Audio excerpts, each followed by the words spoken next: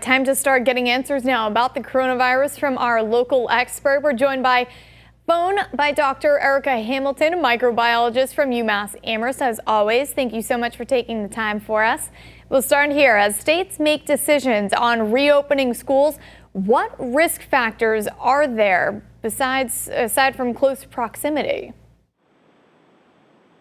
Well, close proximity is still probably the biggest risk factor because this is a respiratory virus.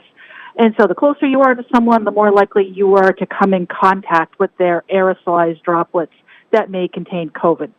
Other risk factors for school include items that are touched frequently. So doorknobs are the obvious one, but also bathroom fixtures, so the handles and the faucets on the sinks, and items in the classrooms like desks, chairs, and you certainly don't want kids sharing things like pens with each other.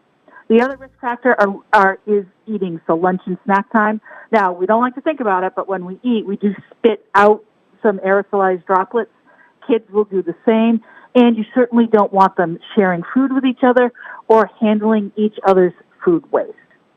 Yeah, very interesting right there. Every time you talk, Dr. Hamilton, sometimes you just send a shiver down my spine with us spitting when we're eating. All right. So with Massachusetts reporting its first human case, this is Triple E. The question here is, and we've kind of gone over this before, is there any concern of mosquitoes carrying COVID?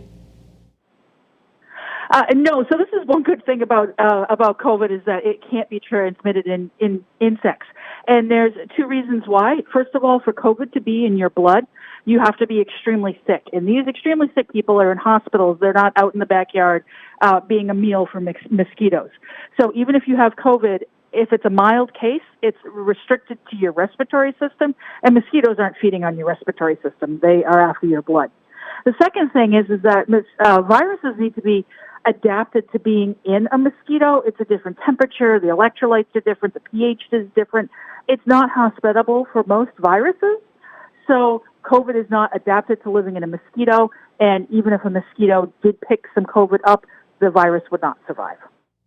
So at least a little bit of good news there. All right, now with the temperature shift, especially in the summer, the heat wave that we just experienced, does any of this impact the virus at all? No, unfortunately, it does not. There are some viruses, like the influenza virus, that are negatively affected by heat, humidity, and increased sunlight. It does not seem that COVID-19 is, and we can see this in our own country. We're in the middle of summer right now, and places like the American Southwest are experiencing extremely high temperatures, and they're having a widespread COVID outbreak. So the heat and humidity, unfortunately, do not seem to be affecting COVID-19. Hopefully, we'll learn more as the pandemic goes on because this is a new virus, and we're learning new things about it every day. Good information, Dr. Hamilton. Thank you so much. We'll look forward to hearing more from you tomorrow and in the coming days. Yeah, no doubt about that, because folks, coronavirus getting answers, it's continuing until this pandemic goes away. So tune in each weekday right here at 12:30 on ABC 40. We have Dr. Erika Hamilton and other pros answer questions about this ongoing global pandemic.